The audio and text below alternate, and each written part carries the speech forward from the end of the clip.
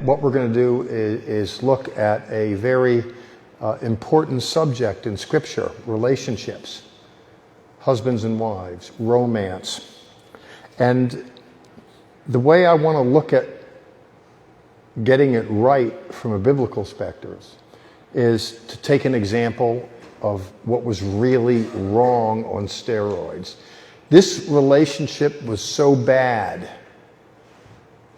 that when they were having sexual relations in a tent, someone was so grieved by it, they went and grabbed a spear and thrust it through the two of them when they were on top of each other. Not only was that behavior of the person that thrust the spear tolerated in biblical literature, it was celebrated, and the person who did it was elevated, oddly, it would seem, because he became the high priest in Israelite religion, and the priesthood, the high priesthood, was decided on the basis of that to be a hereditary position that would go down to his descendants through the ages.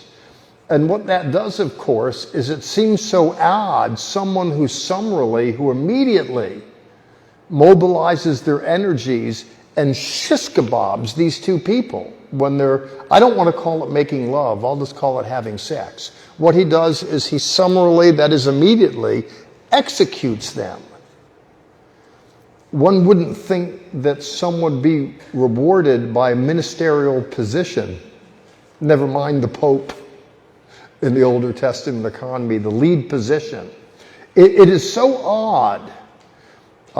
Certainly the oddity of it guarantees the story is told from generation to generation, because it's just so enigmatic, it's so odd. So here we are now, 3,500 years later, and it's not just that we're looking at the story because it's in the biblical text. There's a lot of stories in the biblical text, but they don't get the light of day by pulpiteers bringing them out of the literature and offering a telling of it. But this is the object of attention in today's Torah passage, and it's so odd that it's just worthy of some exploration. And again, the way I want to look at this is, as I'd said at the very outset, it has been said that a wise person learns from their mistake. I would suggest that someone even wiser learns from somebody else's. Now, we're looking at a mistake, and what I want to do is use it to talk about the very, very, very important matter of personal relations. In chapter 25 of Numbers, we pick up in verse 10 in what in the Jewish world is referred to as Parashat Pinchas, commonly referred to as Phineas. Pinchas. It's a chet. That guttural sound doesn't translate into English, so it's been smoothed over. What Hebrew Pinchas just becomes Phineas. It's easier to say it, but Pinchas. If you look in verse 10, and I want to just begin reading and then making my way through the passage from chapter 10. Then Adonai spoke to Moses, saying, Pinchas, son of Eleazar, son of Aaron, the Kohen, has turned away my anger from Bnei Israel, because he was very zealous for me among them, so that I did not put an end to Bnei Israel or the children of Israel in my zeal. God says, I was going to wipe them all out. I was so sick of these people. But when I saw Pinchas grab a spear and just kill these two people, I thought, maybe these people aren't so bad after all. I mean, it's a strange beginning to a story. God is not a happy camper. I was going to kill them all. I was so peeved. I was so unhappy with the way these people were performing. I was just about done with them.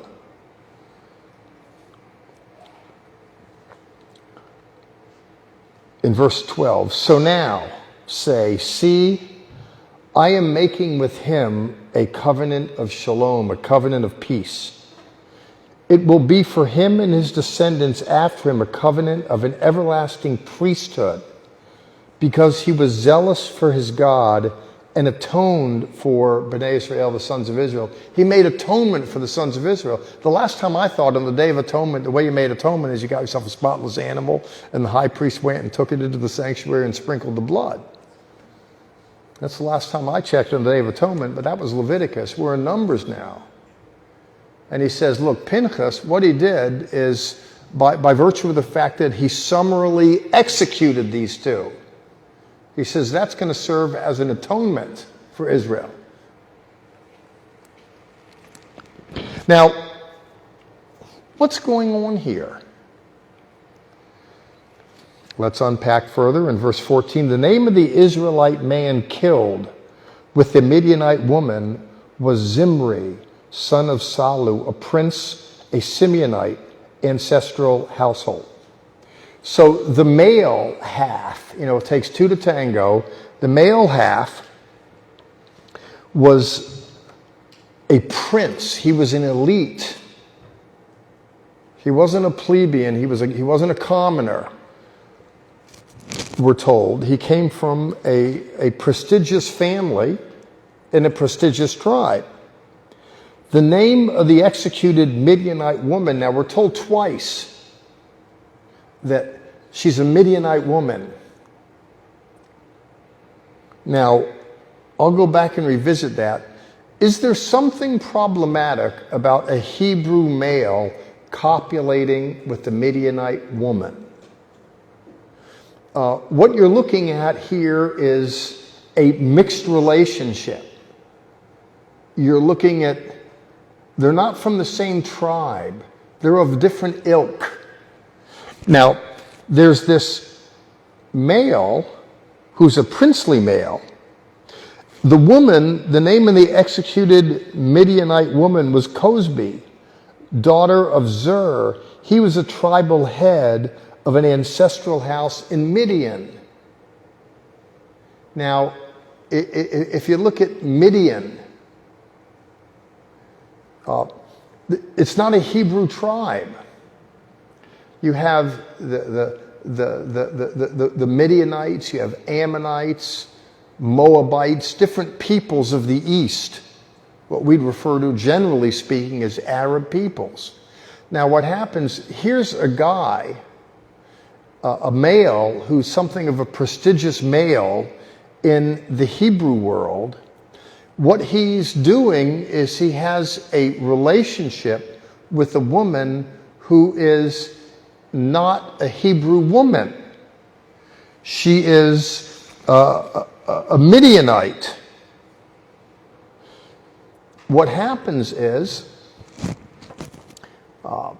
this fellow Eliezer sees this and he says, that's not going to happen here, and he grabs a spear and he goes and thrusts them through. Now, what we just read, what I just read to you, and what you follow along if you're looking at the text, is an appendage to a story that was part of last week's Torah reading. So let's go to the beginning of the chapter, please, in chapter 25, and let me give some context to the text, this odd text that we're looking at. We're reading here in chapter 25, verse 1, while Israel was staying in Shittim, the people began to have immoral sexual relations with women from Moab.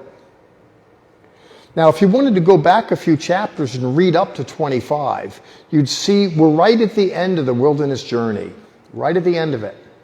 It was a 40-year journey in total. We're right at the end of the 39th year. We're staring at 40. We're right at the end.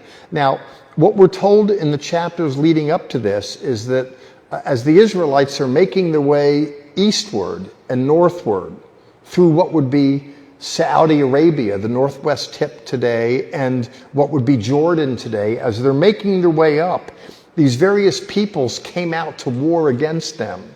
And these peoples that came out to war against this Israelite army were defeated unambiguously. It was a very clear victory for the Hebrews. Now, the Hebrews are camped at Shittim, which is where they are, all their forces are galvanizing before they then go into the conquest into Israel.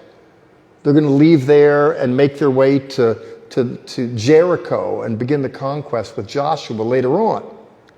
Now, they finished these major skirmishes, and they're there at this place called Shittim, and we're told the boys, the men, we're told the men began to have immoral relations with women from Moab.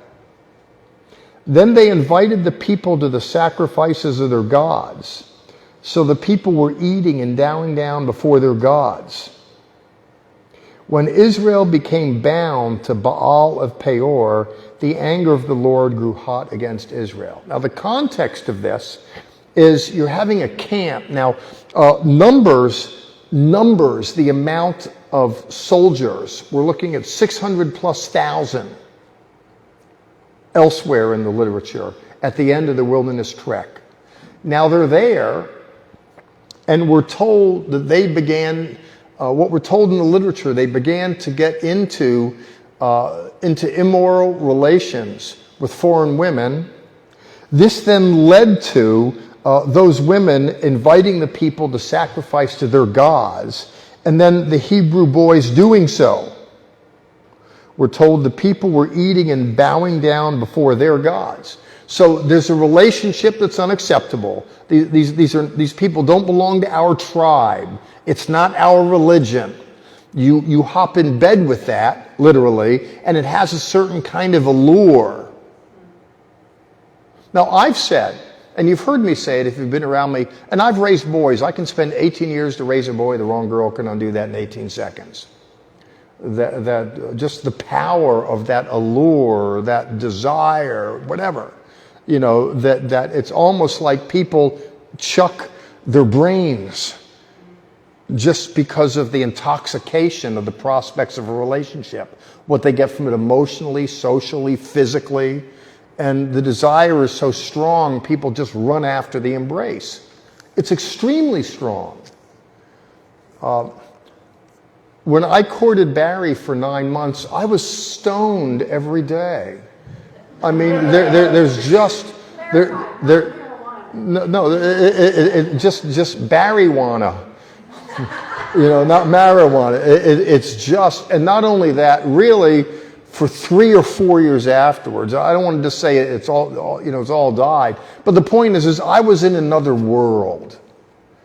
It's just, I don't know what it's.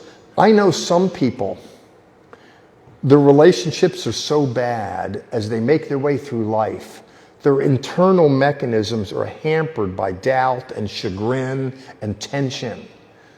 They think they married for an ideal, they got a raw deal, what should I get a new deal, and I know that people are in it doing this thing called life, but a certain percentage of their mind time privately is wrought with this kind of shredded that they carry it with them, and it informs their performance and their overall outlook. And then they do things to try and compensate because they're out of kilter. Drugs, they get into other kind of relationships, eating things different people do because they're out of kilter. Now, for me, life is challenging enough as it is. Having to face life with all that internal baggage that I just described, I'm just too weak for that. I'm just so glad. I count myself so fortunate that I don't have to present to life's tasks and challenges.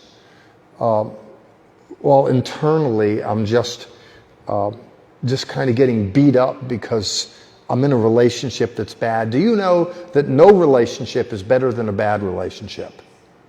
Now, even if it calls for patience to believe God, that there's something better coming over the horizon, it's better to not have a relationship than it is to have a bad one. But people will sell themselves short and just go for it.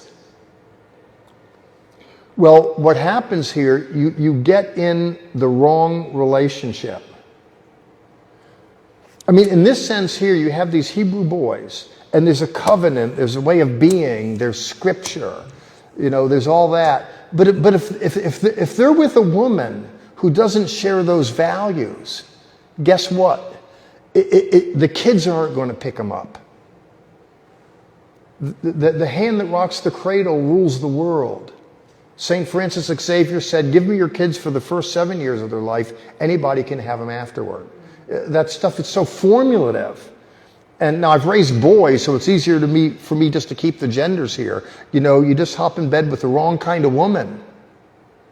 It can so much affect your trajectory, and you love the Lord, you want to serve Him and do right by Him. The chances of that happening are greatly diminished if you don't have a partner that's of the same tribe, that's of the same way of thinking and being. Part of the genius in my relationship, both to Patty, may she rest in peace after 30 years, and Barry, is we belong to the same tribe. Philosophically, theologically, we're oriented. We're oriented with our Jesus perspective. And Barry brings to the table the other cultural baggage, being of Ashkenazi Jewish ilk herself. There's the same foods. It's not just the same religious inclination, but it's all these human factors as well. I mean, it's that you want to have those things.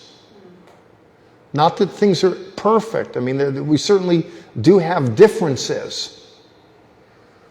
Well, what happens here in the text is these men start engaging these women, and then they start disengaging from their religion. Subsequent to which, in verse 3, then God is angered. The Lord said to Moses, in verse 4, seize all the ringleaders and hang them before the Lord facing the sun, so the Lord's fierce anger may be turned away from Israel. Now, what do you mean ringleaders? What we were told before this is that Israelite boys were getting involved with these non-Jewish girls. That's what we're told. But subsequent to that, the Lord says, listen, get the ringleaders. The ringleaders were gathered up and summarily executed. By the way, 24,000 people die in this. There was a lot of participation. Now, the literature leads you to believe that there's something systemic going on. It's a plan, it's a plot. Now, we're looking at a biblical text. If you look at what's called Midrash, Midrash in the Jewish world is rabbinic expansion that elucidates. It gives a kind of clarity to it. If you look at the Midrashic literature associated with the text, it gives a kind of perspective. And here's what it is. Just prior to this story, the Israelite army was very, very successful.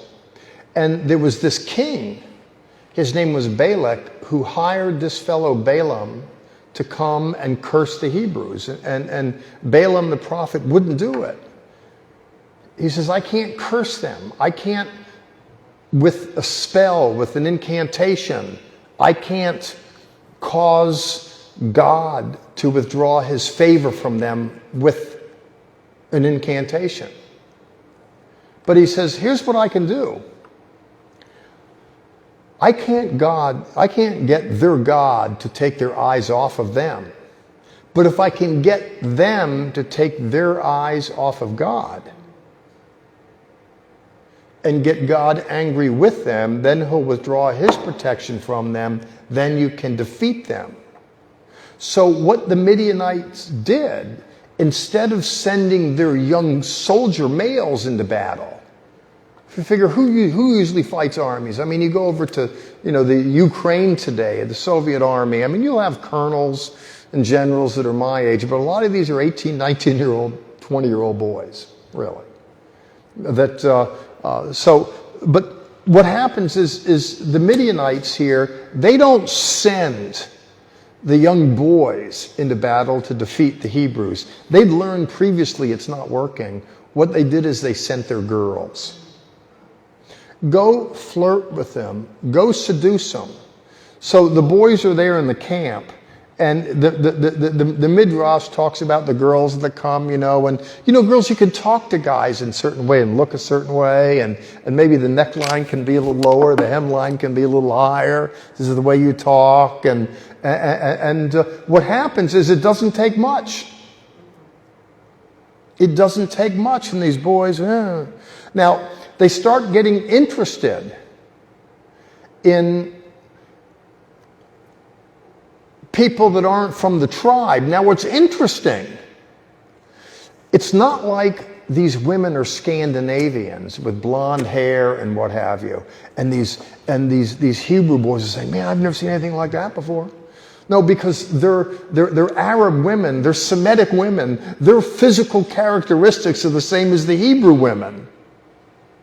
So it's not like, "Man, I've never seen red hair before." It's not like, "Oh wow." It's not that they're just different. It's not a different kind of eye candy that would have the appeal. Now, there's a saying, the word lust comes from a word meaning the desire for the forbidden. So maybe there's something about the fact, you're not supposed to mingle with those women. And when that's known on the front end, maybe it adds a little excitement to the prospect of so doing, which wouldn't otherwise be there. It's like if you go back to early Genesis when God says, "Don't eat that fruit, don't eat from that tree." If he would have never said that, they might have walked right on by it. It would never been no big deal. But once you say, "Don't do it," why not? It creates a certain kind of appeal that might not otherwise be there. In any case, these women, I think it's fair to say, they don't look any different than the women that exist in the tribe. And lovemaking is lovemaking. But there's just something about the way these women were performing to elicit, and it doesn't take much to get the males to go after it. And they do.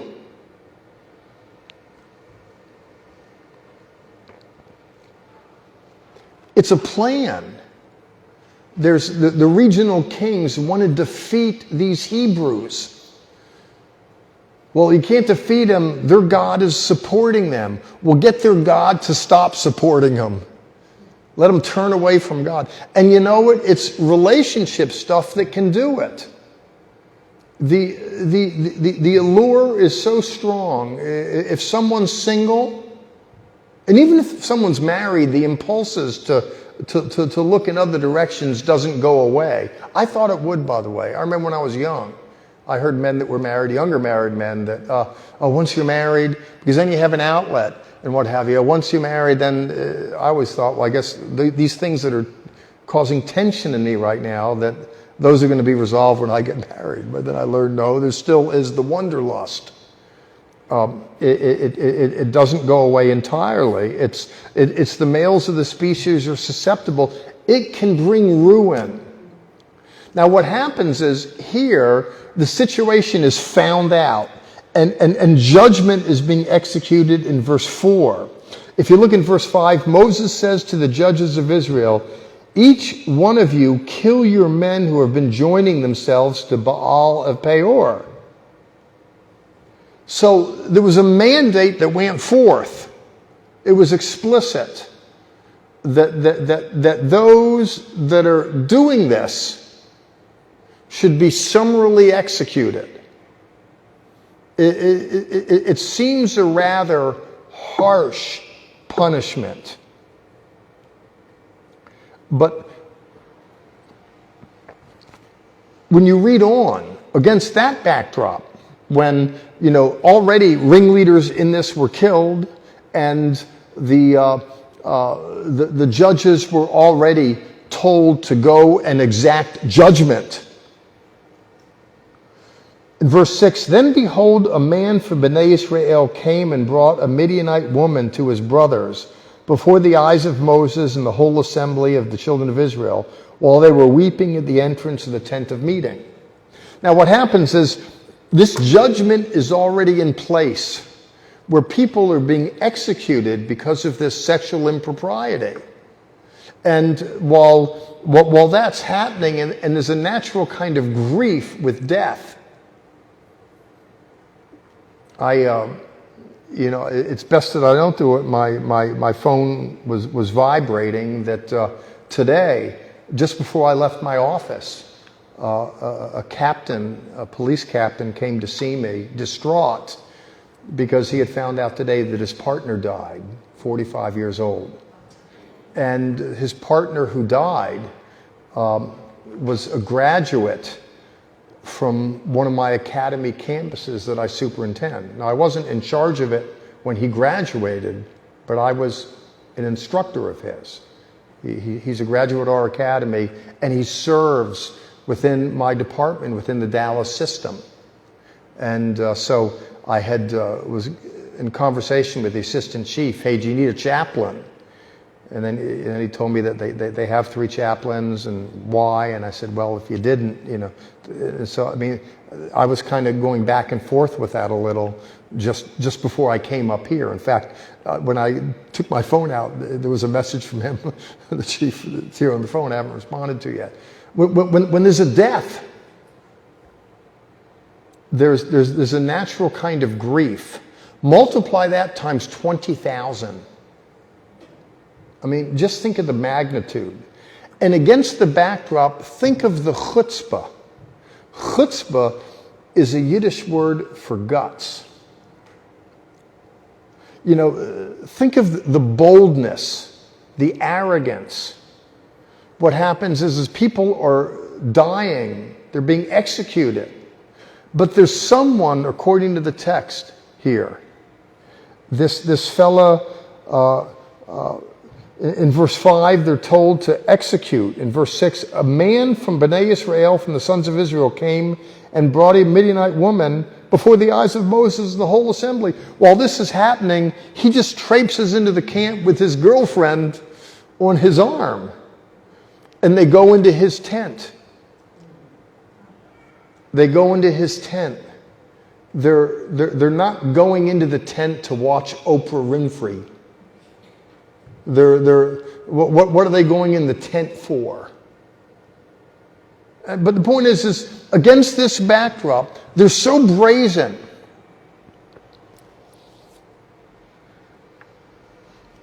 In verse 7, when Pinchas, son of Eleazar, son of Aaron the Kohen, the priest, saw it, he arose from the midst of the assembly, took a spear in his hand, and went after the man of Israel into the tent and pierced them through, both the Israelite man and the woman's belly.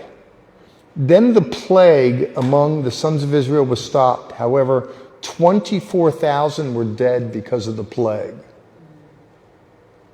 Look how pervasive this was. So subtle. So,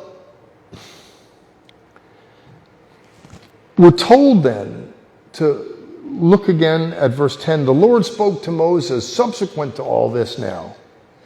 Pinchas, the son of Eleazar, son of Aaron the priest, has turned away my anger because he was zealous for me. So now say in verse 12, I'm making a covenant of peace with him. It will be for him and his descendants an everlasting priesthood because he was zealous. Now, a few things come to mind when I look at the text. Number one, the pervasiveness, the subtleness, and even the pervasiveness of sexual impropriety.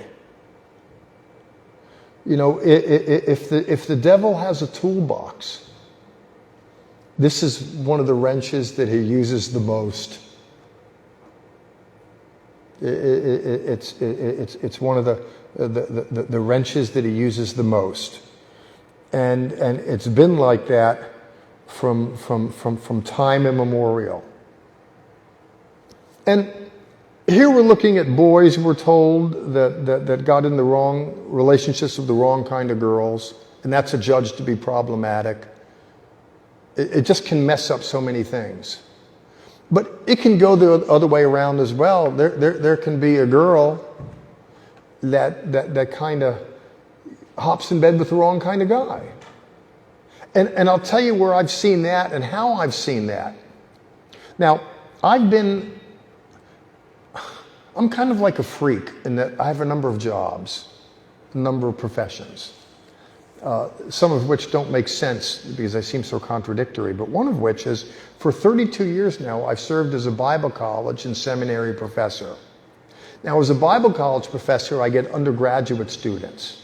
I'll get about 250 or 300 undergraduate students in mid-August with a new course, an Introduction to the Bible. And I'll get about the same then in January. And I've been cycling this. Those are undergrads. And then I have a master's class that I'm teaching and then a doctoral class as well. Later on, modular form in the spring and early summer of next year. But mostly what I've dealt with, though I've taught undergraduate, graduate, and postgraduate.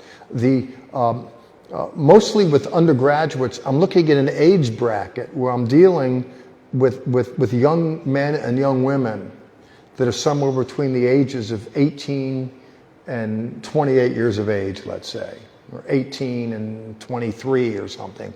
I haven't, pulled the data recently. But when you're dealing with that bracket, getting away from home, being independent for the first time in many respects, and when the energies that exist within people and the desires and the interests that people couple.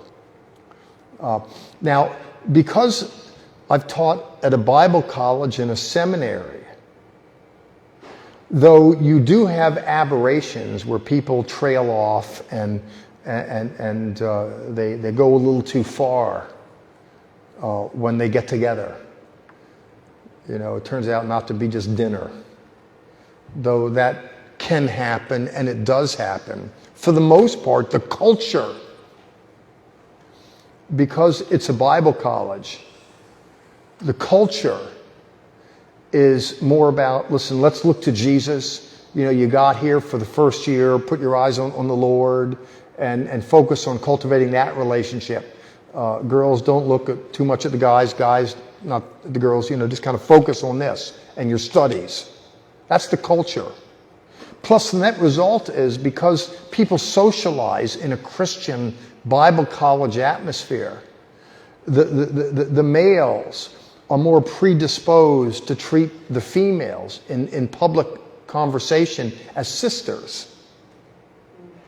And the women, similarly, are more predisposed to treat them as brothers. The language and the interaction, there's not an inordinate amount of sexualization in it. That's what I'm trying to say. You with me on that? It's not the same as going to a convent or a monastery, but it's different than your garden variety college campus. You with me on that?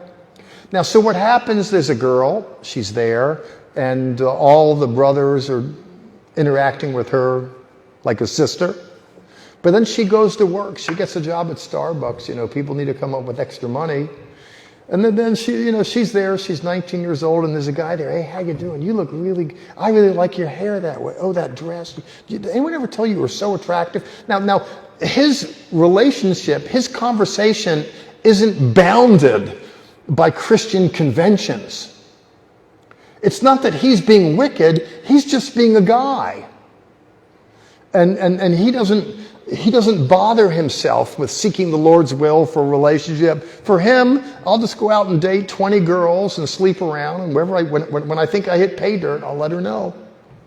Hey, do you want to go another direction? But there's much more liberty. There's much more willing to give voice to that. Now, from her perspective, she says, here I feel like I'm living like a nun in a convent, but when I go to work, I feel like a young woman.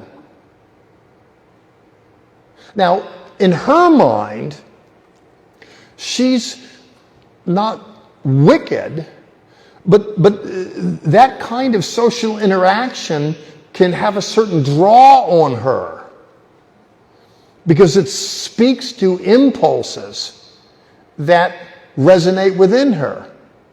Here I go, I'm around these guys, we go to Bible studies, and it's sister this and sister that, and they don't even notice me as a woman, or at least so she might say, so she might think. But I go here, and all of a sudden I'm attractive, and I'm hot. He wants to take me out. He put his arm around me. Oh, yeah, that's what and it sets, once you start to have contact,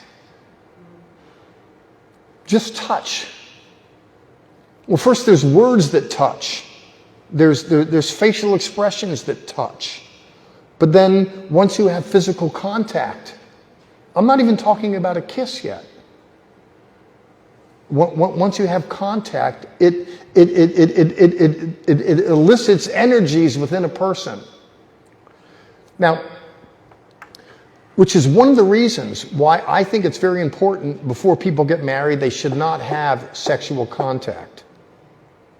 Because once you, okay, boy likes girl, they like each other, and once they turn those engines on, it releases these energies, and it's like a drug, and it obscures their vision.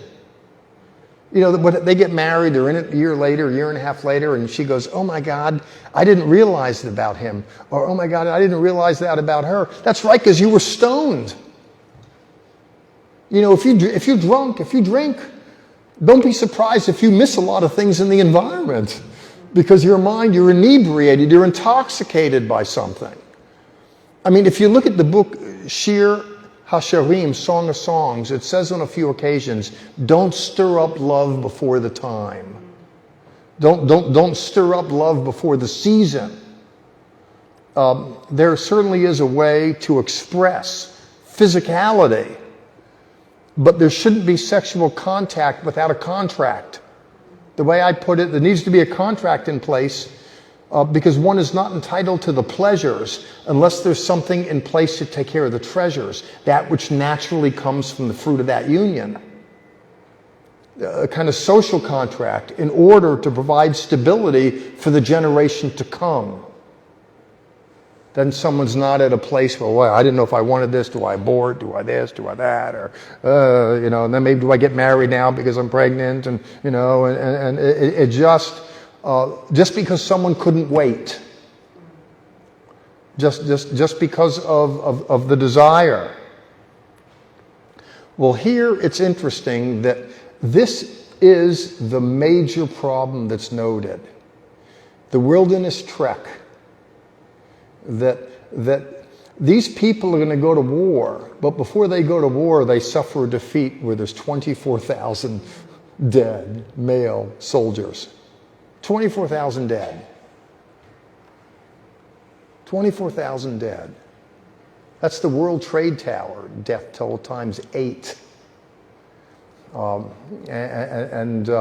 know, it's just something, and it seems to me that this story is noted here, and I hope you would say, well, you know, Jeffrey's a little strange, a little different, but he's telling the story, he's preaching the story, you know, and this story that was written down, you know, 3,500 years ago, here it's being brought up today. It's important for today just as it was yesterday. That's why this story is told, and the principal storyteller, the principal priest in Israel, was the guy that had the spear. It would seem to me that would hit the mind's eyes of people to say, listen, this is something that we really need to take serious. And that's not just something that they needed to take serious back then, it's something that we need to take serious today. Something that we need to take serious today.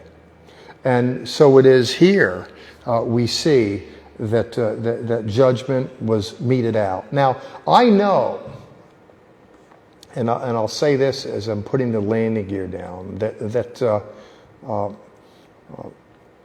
Apostle Paul said, if we're only going to deal with the righteous people, we're going to have to leave this world.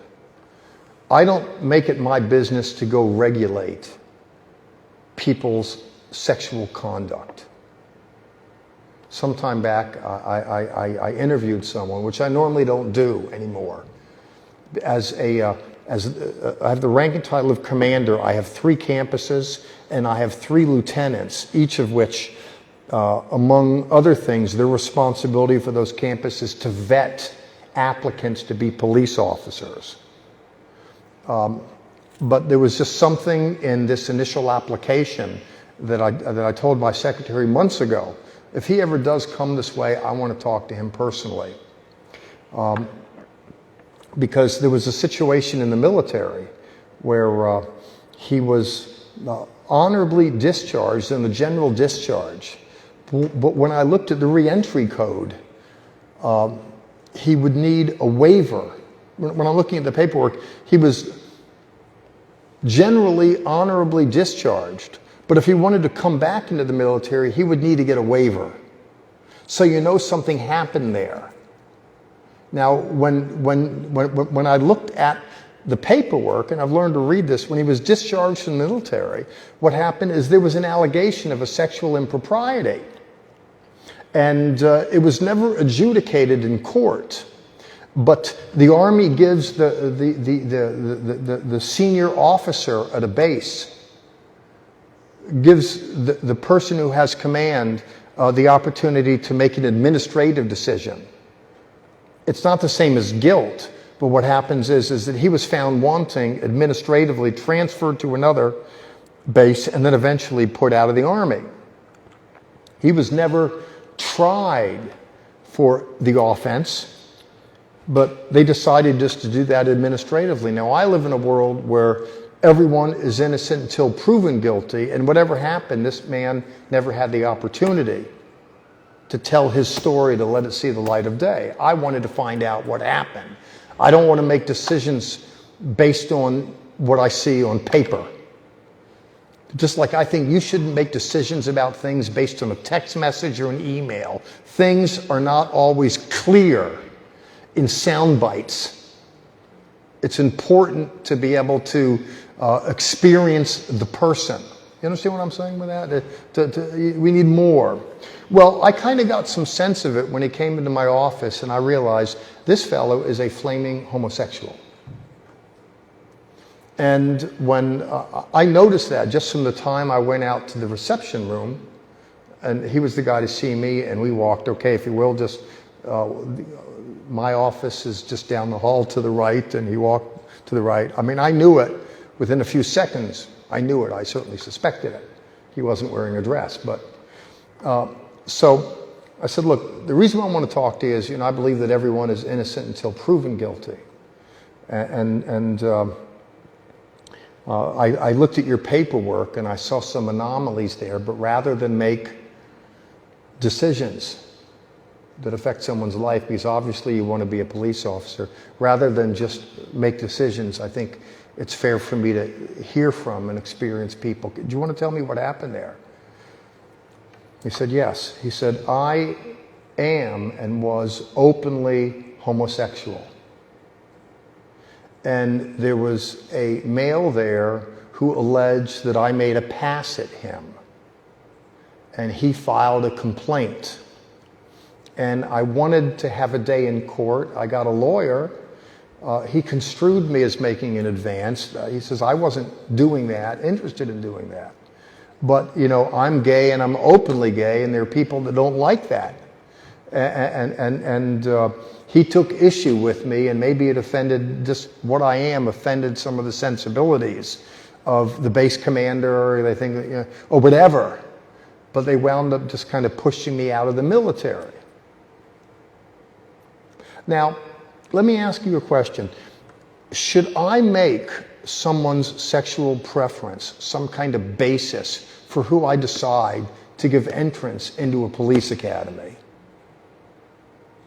No, not in my mind. That has nothing to do with nothing. I am not the bedroom police. The thought of doing so offends me.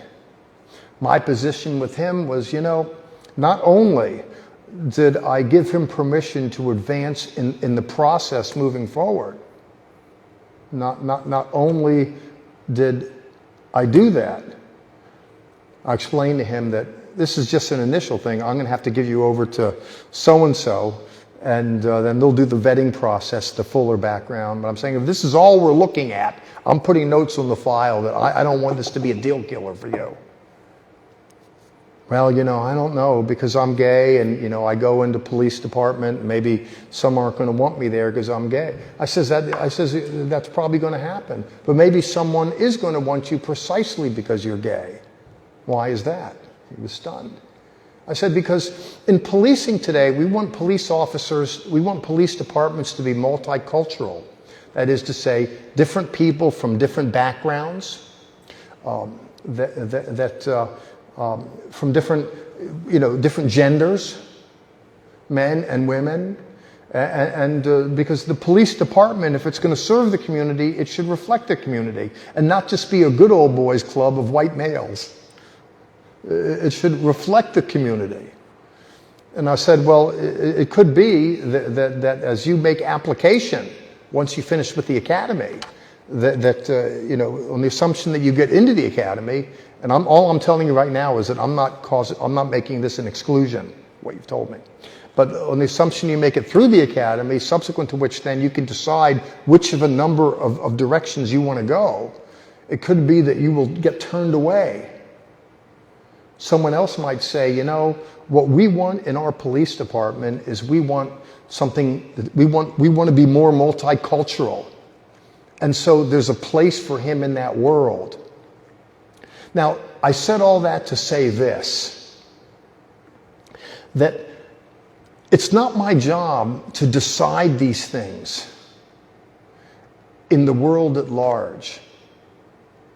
But if someone came into this congregation and said, I'm John and this is Jack and we're looking to get married, I would have to say, well, listen, my understanding is I think you'd probably be better served by another house of worship somewhere, because in the world that I live in, all that's legitimized are relationships between Adam and Eve, not Adam and Steve.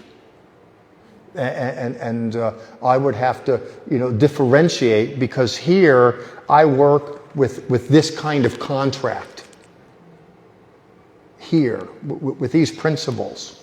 And so when I interact with you, to the extent to which individuals would be minded to open up their self to me as a minister, about their life and their circumstances, that what I'll draw from in the way that I process, certainly it'll be salted with grace.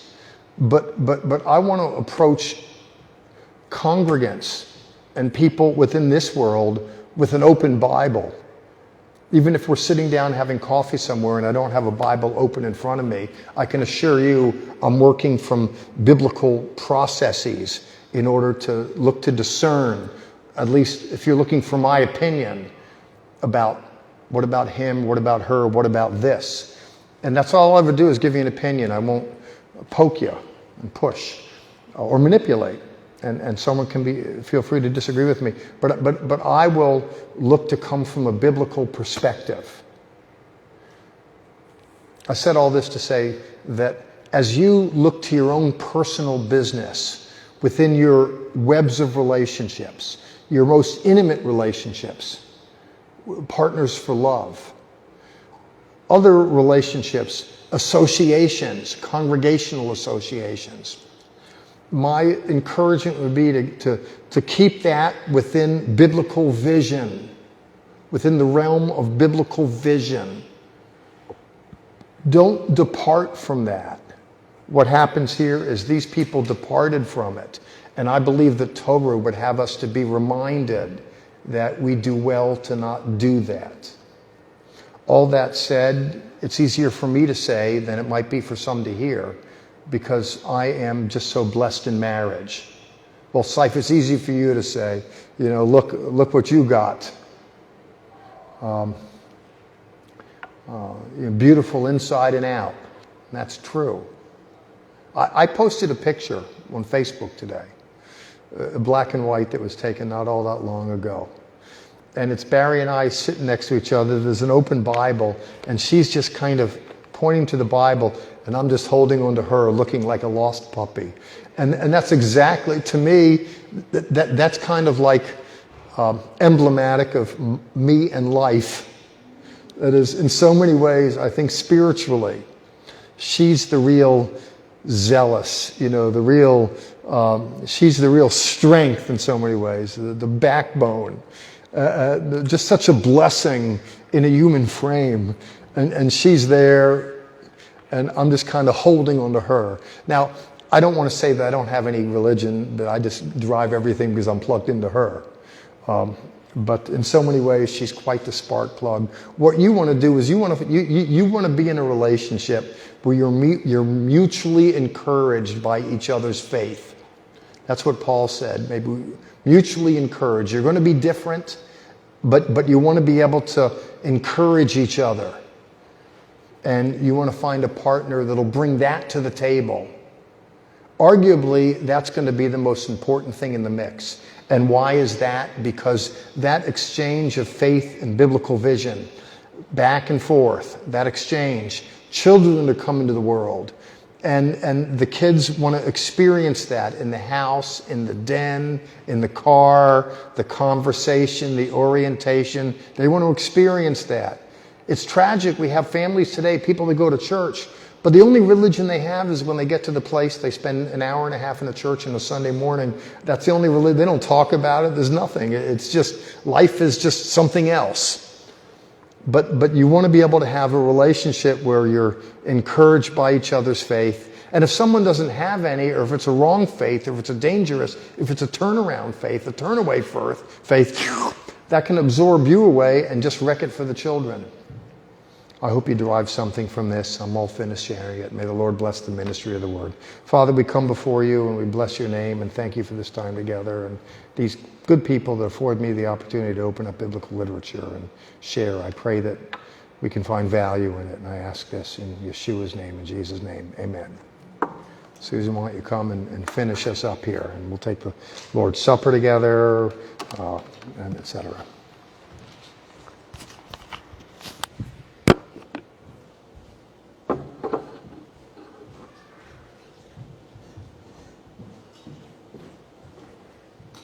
We have a great blessing tonight. We have challah.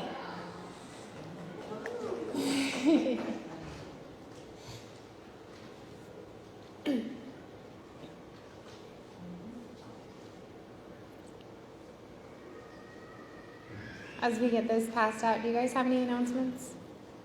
Anything you want to say? Calendars. It is. I'll do that. Okay. It's time for calendars. We'll hear about that here in a minute.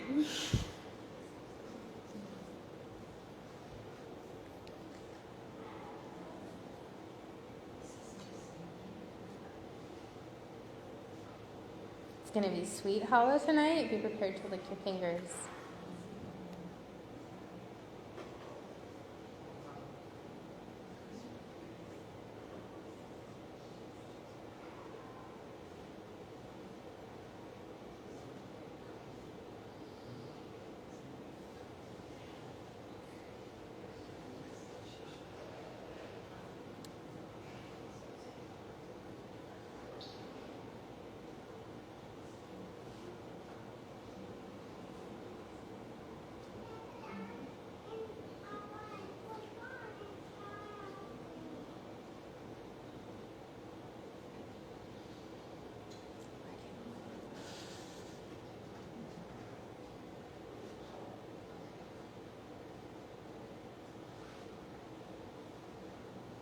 Shared on my Facebook post.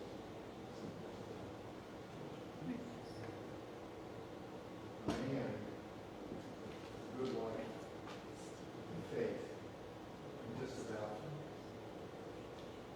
go anywhere, do anything. It's so true with the Lord that even if you don't have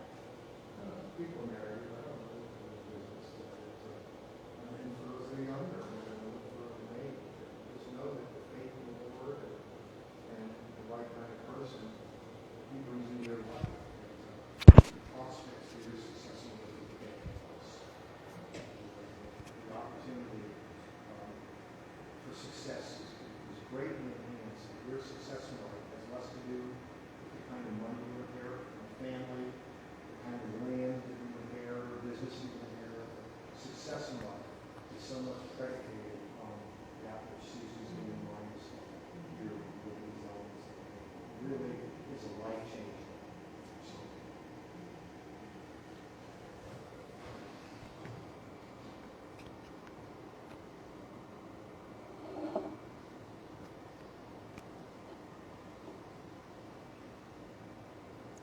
Baruch atah Adonai Eloheinu melech haolam Orei pri hagafen.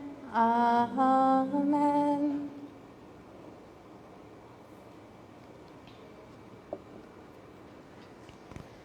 Baruch atah Adonai Eloheinu melech haolam Hamotzi lechem min haaretz. Amen.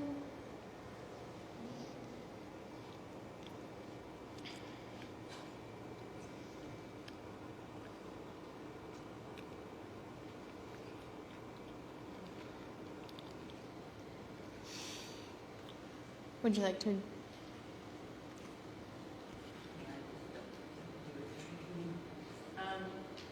Sar Shalom Israel, our work in Israel, is providing $20 each in their biblical calendars. One is biblical verses, beautiful artists, different verses every month, with Hebrew, the information of the feast, readings, and even the blessings, even just what Susan just did with the transliteration, and then there's also pictures from Israel. And the $20 each is 16 months. Mm-hmm. It's just beautiful. You get to it's just and how much is it? stunning $20. And where does that $20 go to? Israel, Sar Shalom Israel, where it's a charity work in Israel, none of us get a paycheck. So it helps with those who are underserved in the land. But there's also the readings of our Shabbat in the week, different weeks, the new moon, the different feasts, holidays. I think this is a little mass for Esther, for Purim. So it's just a really stunning calendar. And thank you. You're welcome. Personally, I can say I have loved these calendars. They've been a blessing to me. They're great to have the Torah portion every week. And every holiday marked out, every feast, festival, new moon, everything is in these calendars. And I would highly encourage you all to select one or the other or get both. I'll give you the Aaronic benediction for the evening. Yivarecha Adonai v'yishmerecha, Ya'er Adonai panav elecha v'yihunecha, Yisa Adonai panav elecha v'yasem lecha shalom. May the Lord bless you and keep you. May the Lord make his face to shine upon you and be gracious unto you. May the Lord lift up his countenance upon you and give you peace. You guys, we're going to have oneg. We have great food tonight, so please stay and share. Have a good night.